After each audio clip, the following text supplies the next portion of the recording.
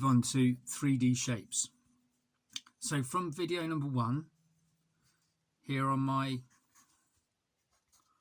4 crosses that line up with each other, almost in a square, as you can see. And taking my piece of wood as a straight edge, I'm going to join them up. Or, and I hope you have a go at this, you try freehanding it. Then what I'm going to do is, I'm going to draw a triangle on each end, one sticking up that way, one sticking up that way. Here we go. There's my cross, keep coming up in a line. There's my other cross. Backwards and forwards, practice the muscle memory until it's ready to go. Same with the one at the bottom that's parallel with it. Remembering to keep that hand moving so it doesn't get stuck in one place and start to try and draw a curve. Now if you find your hand is now at a weird angle, move the piece of paper so that it's at a more comfortable angle. You don't have to turn yourself into funny shapes. So now I have a kind of a diamond shape. What I'm going to do now is I'm going to draw the same open triangle here between these two. Draw another cross. Here I go, backwards and forwards until I'm comfortable. Go. Turn the paper, backwards and forwards until I'm comfortable. Go. And then I'm going to draw a line between this corner and this corner here. There we have it. 3D box. What do I do with it now? Well, there's a number of things I can do with it. It could be a box, it could be a large building, it could be a doorway. Let's turn it into a doorway. So, cross here, cross here, cross here, cross here. That hand moving backwards and forwards between the two marks until my body kind of just tells me it's time to draw the line. There.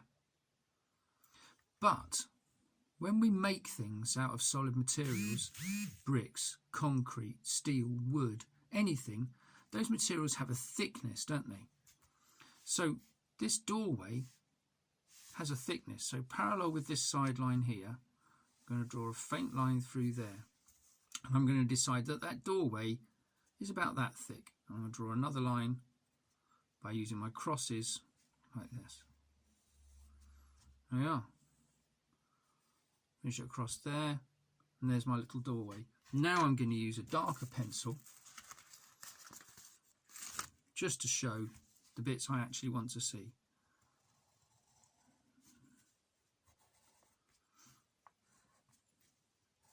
Using a lighter coloured pencil to build the drawing is a bit like when you see builders using scaffold poles on the outside of a building they're working on, because you really are building your drawing.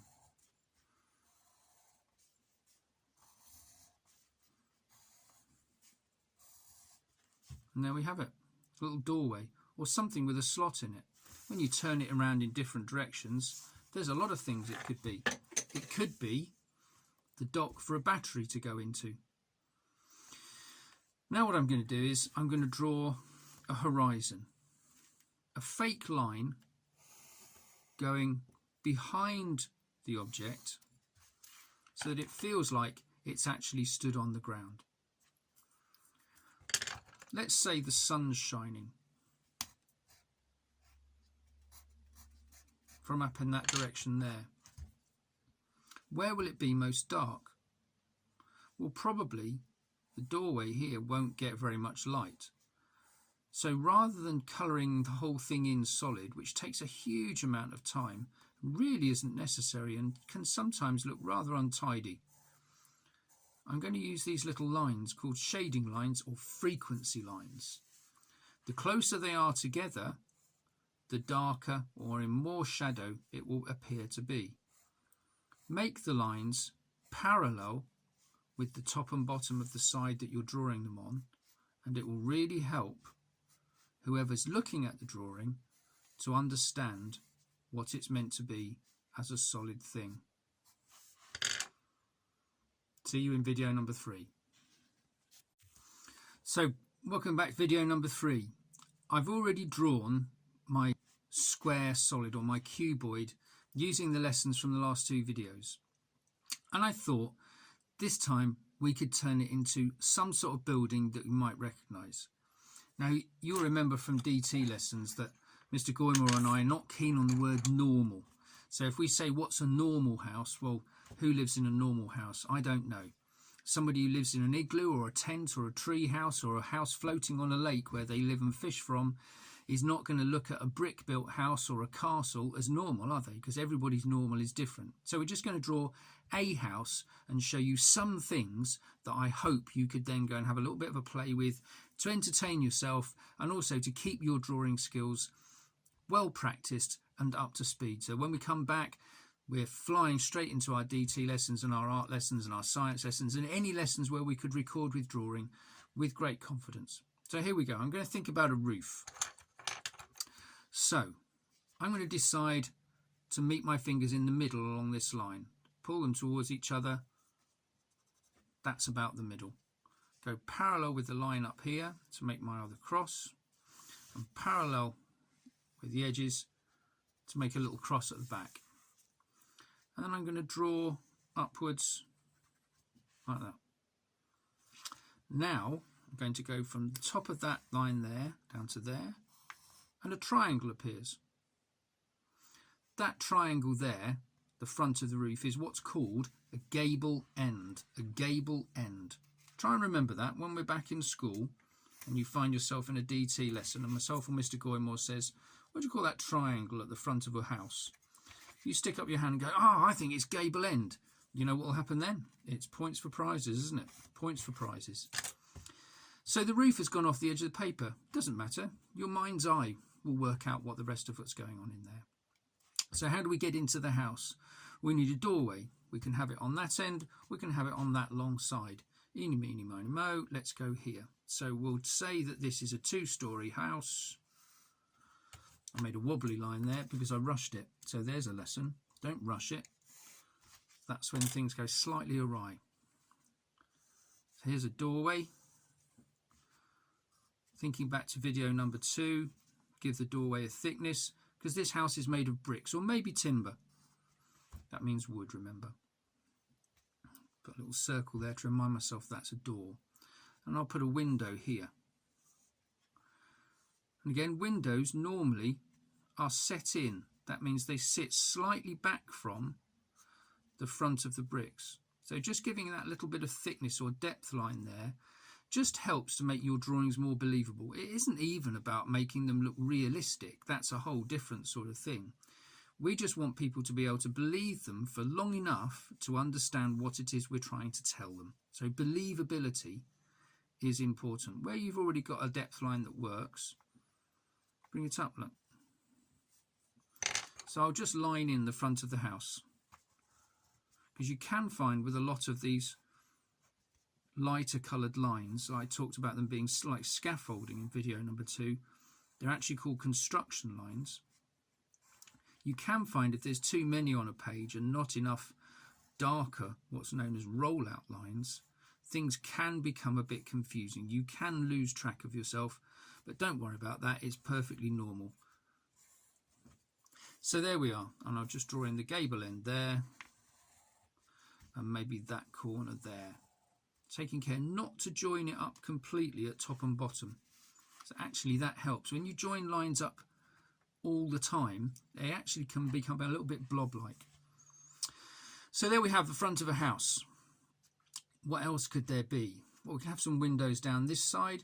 We could even play around with having a little bit of an extension. So let's go halfway down, and let's say these people decided a little while after moving into their house that they could do with a garage or maybe a workroom on the side. Maybe there's a wet room on the side there. Maybe there's somebody in the house who uses a wheelchair, and they have like an apartment or a room or a suite for themselves at the bottom of on the ground floor of the house. and that's been adapted to their needs. So there's all kinds of things it could be, really. And these lines can be whatever you want them to be. They can be whatever you want to believe they are. Looking around buildings as you go, you'll find as you walk around or as you look around your own home, you become a little bit more observant of things that are going on. You'll notice that a roof overhangs the edge of the walls so that rain can run off it into the guttering and it doesn't just pour down the brickwork and soak the brickwork. So let's have a big picture window here, perhaps. Maybe it's a sunroom. Oh, and I've made a mess of that. Right, look, it's curved. But I'm not going to panic. I'm not going to reach for my ruler. Not going to reach for my rubber. I'm just going to use my straight edge and tidy it up. Because it's only a pale line, so it's not a massive deal.